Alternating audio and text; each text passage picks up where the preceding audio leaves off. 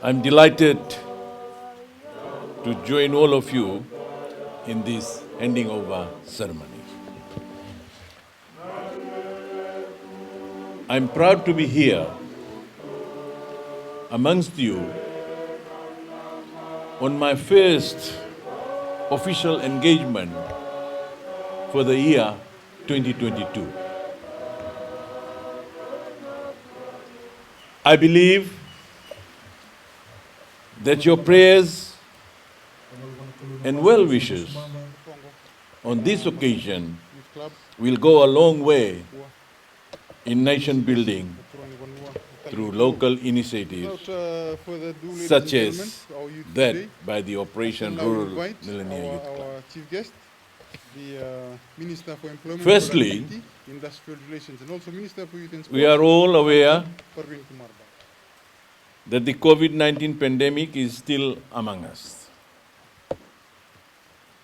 And a third wave continues to grow as Fiji had held high hopes of opening up its borders and economy. This means that we will have to continue to vaccinate ourselves and ensure practice of COVID-safe health and social measures in our families and communities. While Fiji has a high vaccination rate, we can do even more.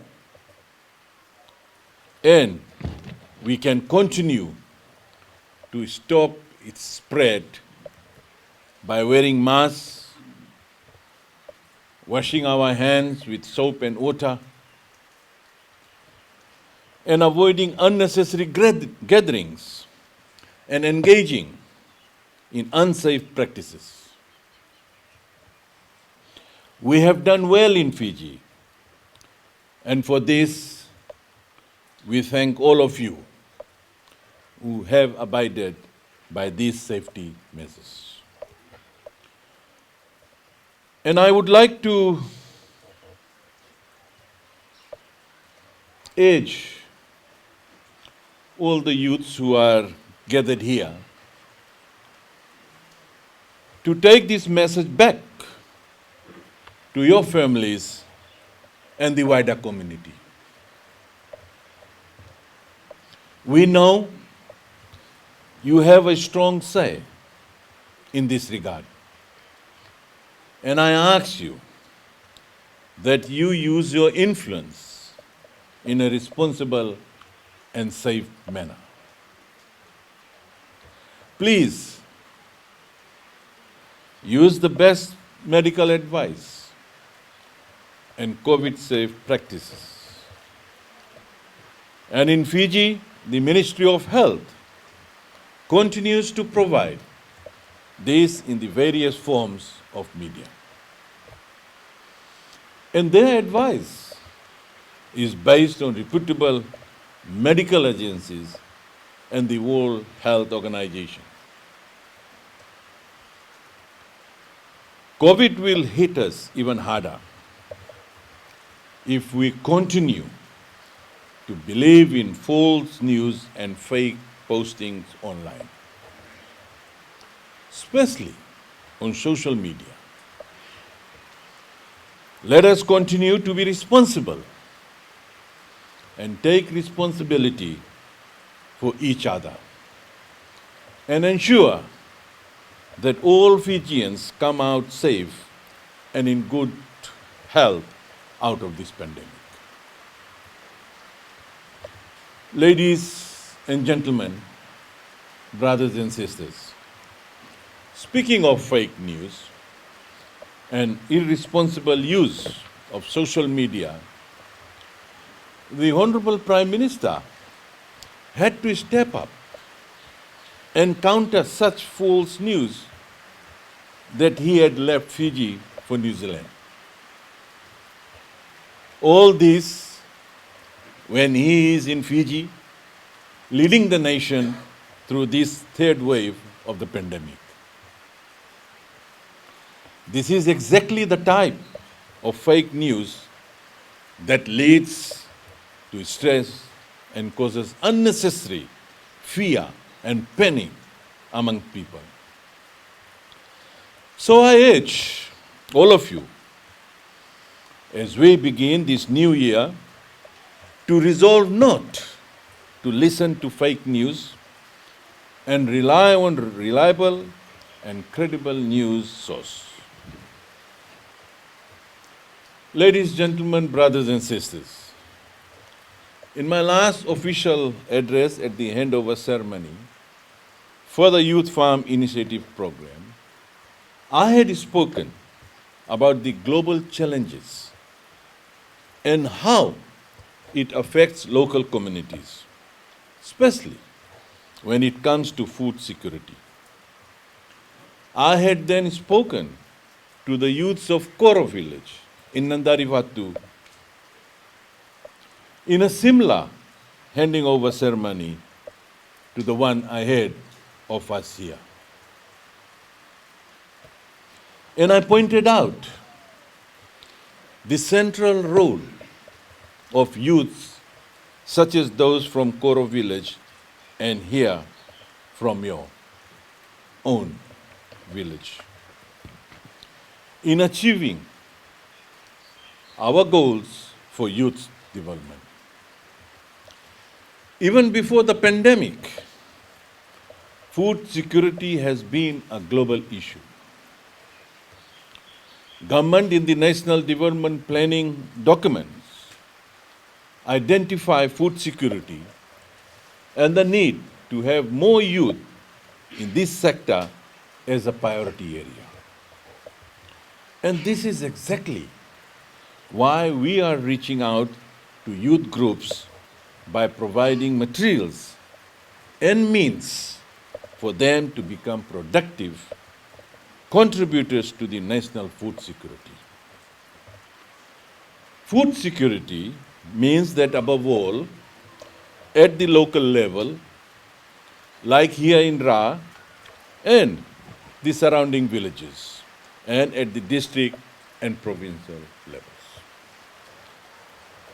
I believe all of you know that traditionally, certain crops and natural harvesting of the rivers and seas in your local area has been practiced by many, many generations. Local growing and harvesting practices and methods means that you are less dependent on things like the global food chain and its supply and logistics to get food to you. This means that having a local supply of food overcomes problems in these food chain supplies, as has happened during COVID-19. It must be noted that even production giants like China have not been spared by the pandemic, with people reported to be tending to local production and barter systems, as they did and we did in times gone past. This shows that we have to look within our countries, and especially to the land and rural areas, to ensure food security for all. This means that while the pandemic had caused an economic slowdown, people, especially youths, can continue to be productive and contribute to the food security of their families and communities. This is why the Ministry of Youth and Sports Youth Farming Initiative is such a core part of our efforts from the government towards productivity to ensure food security with a back to the land approach. I commend the Operation Rural Millennia Youth Club, who have initiated their own 10-year development plan. I am told that their development plan includes activities such as farming, camping, and community work. They have even committed themselves to refrain from substance intake such as smoking, alcohol, and kava. This shows both the commitment and ambition of these young men and women to achieve sustainable and relevant development work within your community. Can we all put our hands together and thank the members of the respective youth clubs? I also commend the Matuku Youth Club for taking initiative with their commercial Yongona farming. I'm also told that for the past years, they have engaged and committed themselves with community work such as construction of their new community work. Can we all put our hands together? As Minister of Youth, I'm always pleased and greatly encouraged to see such local youth initiatives that have a strong plan and the commitment amongst its members to achieve the goals that are set out in their plans. I have said it before, and allow me to say it again. While the Youth Farm Initiative provides seed funding through the provision of the equipment such as this for the projects, that this is not a handout. Let me make it very clear. But a hand up. A hand up so that our youths can get on their feet and make their own mark for their personal growth, for their families, and for their communities. And that is what we would like to see come from the new farming materials that we are handing over today. I am confident that these new farming materials by the Ministry of Youth and Sports will ensure not only boost the youth club's income earnings, but will be an efficient and a regular source of income for your communities. To the landowners and village elders, you all are not only empowering our young people for their future endeavors, but also laying a very solid foundation for Fiji to have a vibrant youth sector in the years ahead. These young people will reflect the values and teachings in them by you, and you all should be proud of that. And the united efforts of these youth clubs helps build on strong and secure Fiji through improved food security at the local levels. As you all know, the Ministry of Youth and Sports is striving to build values that leads to success. Hence, it is very pleasing to note these same principles being reflected by the communities.